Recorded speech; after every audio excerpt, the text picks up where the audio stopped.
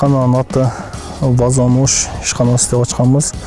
Вазон дегендин себеби бул гүл өстүрүүчү вазалар, мындайча айтканда азыр ар ким ар кандай атап жүрөт. Гүл тумбалары дейт, кээ биркилери ваза дейт, кээ биркилери вазон. Бул вазон деген себеби бул гүл өстүрүүчү идиштерди бетондан жасалат негизинен.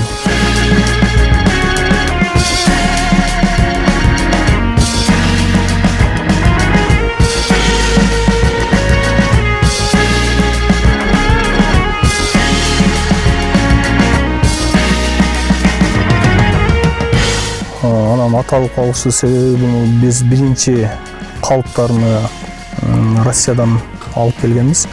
Россиядан алып келип, ал жакта вазон деп аталат экен. Анан биз негизи Ош шаарында биринчи баштаганбыз. Ошо Ош шаарында баштап, ошол жака саткандын себеби Вазон Ош деп аталып калды.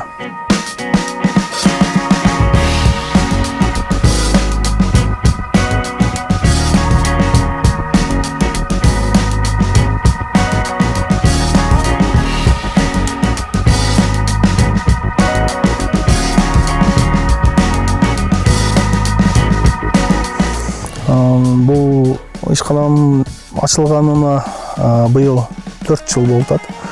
Башында көп кыйынчылыктар болду.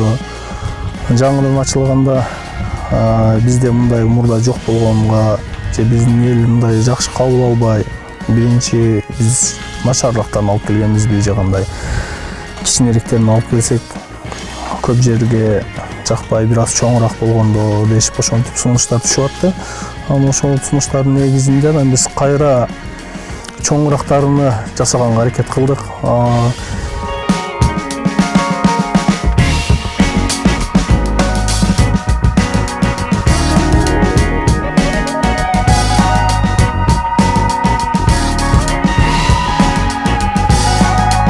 Бул жерден эле скульптурлар менен өзүнүн тааныштарым бар, ошолор менен сүйлөшүп, бир келишимге келип, ошолордун жардамы менен анан кийинки вазондорду, гүл өстүрүүчү идиштерди, калыптарын жасай баштадык.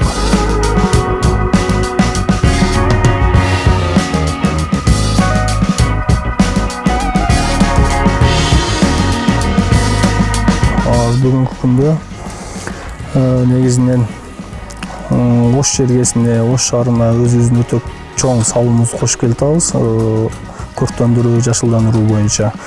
Андан сырткары бул жагы Баткен облусунун кээ бирки райондоруна жеткирип берип атабыз заказдын негизинде. Бул жагы Жалал Абад шаарына коюдук. Алай деги эле ошол түштүк жергесине өзүбүздүн салымыбызды кошуп келатабыз.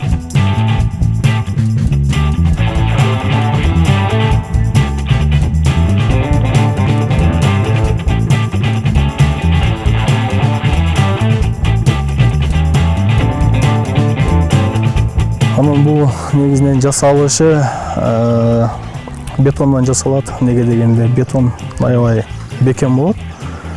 Анан биздин азыр түштүк жергесинде көп жерде эле мындай сары топурактуу жерлер көп. Ал сары топуракка мисалы гүл өстүрүү аябай кыйын. Ошон үчүн ошону эске алып, биз ушундай нерселерди жасап чыгып атабыз азыр.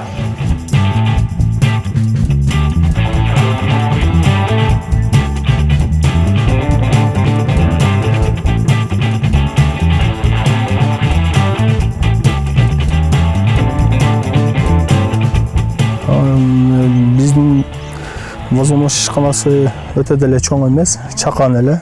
Бизде негизинен 4-5 кызматкер эмгектенет. Бүгүнкү күндө ошол 4-5 үй бүлөнү деле иш менен камсыздап жатабыз.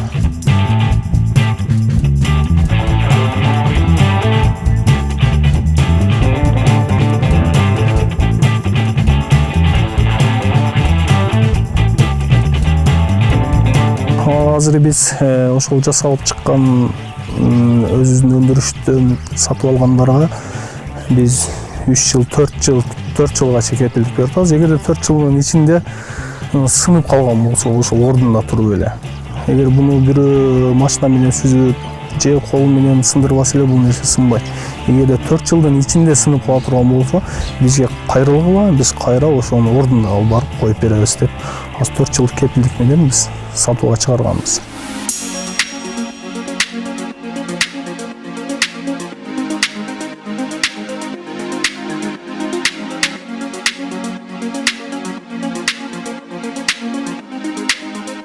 Размерлери азыр бизде негизинен вазанын гүлөстүрүүчү вазондун 5 түрү бар. Эң азыр чоңу бою 1,5 метрлик трёх ярусный деп коет, 3 кабаттуу болгон вазонубуз. Андан кийинкилери 180 килограмм, 200 килограмм, 150 килограмм, эң кичинекейлери 55-60 килограмм тегерегин түзөт.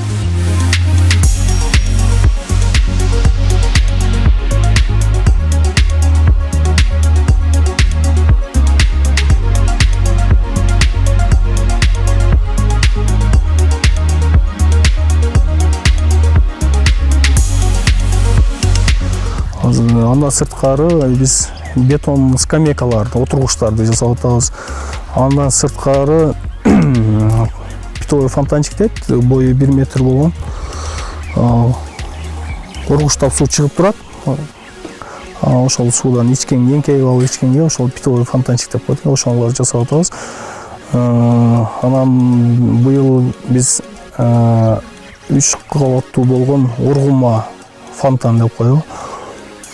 Ошондойлор жасадык. Бүгүнкү күндө сатууга чыккан.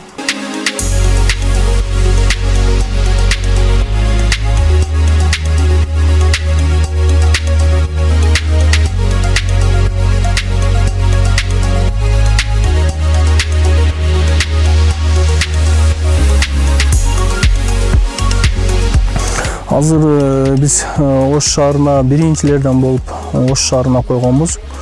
Ош шаарында биринчи жылы койгонубузда Масалиев проспектиси менен Уркия Салиева мектебинин сыртына койгонбуз. Ошол жерге койдук. Андан сырткары кече жаңыдан ачылган Ош шаарындагы Ак ниет эс алуу паркында, скверде ошол жерге өзүбүздүн 3 кабаттуу болгон гүл идиштерибизди койгонбуз.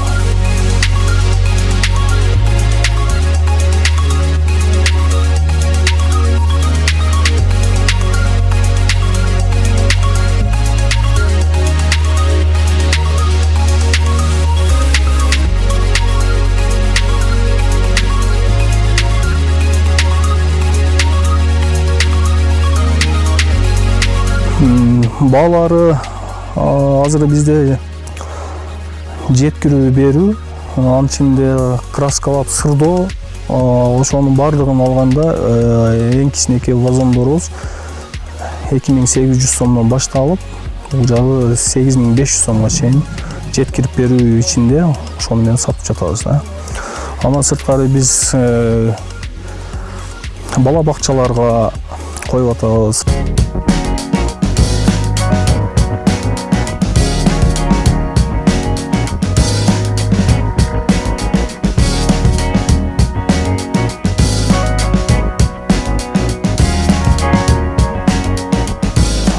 Андан сырткары эгерде кээ бир мындай социалдык объекттер болсо, аларга мисалы балдар үйү, карылар үйү деген жерге эгер кайрылуу кылышкандар болду, аларга деле ошол өзүбүздүн вазонун шишканасынын атынан бекер алып барып берип, орнотуп бердик.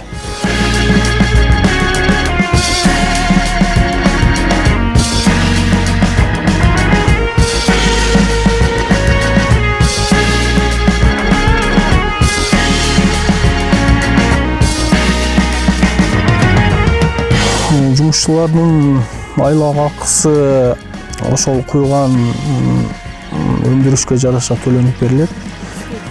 Издельный деп коет. Мындайча айтканда бир гүл идиште 400 сомдон 1200 сомго чейин эмгек акысы.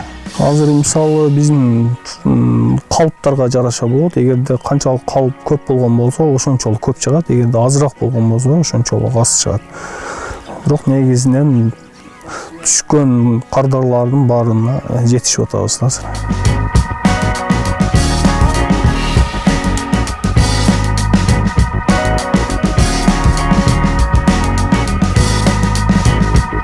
Бөгүнүн вазонду чыгаруу үчүн негизинен биздики бетон болгондуктан цемент менен шагыл.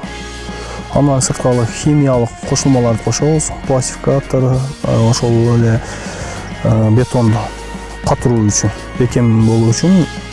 Андан сырткары арматураларды колдонобуз, калың зымдарды колдонобуз. Ошолор менен вазон даяр болот да.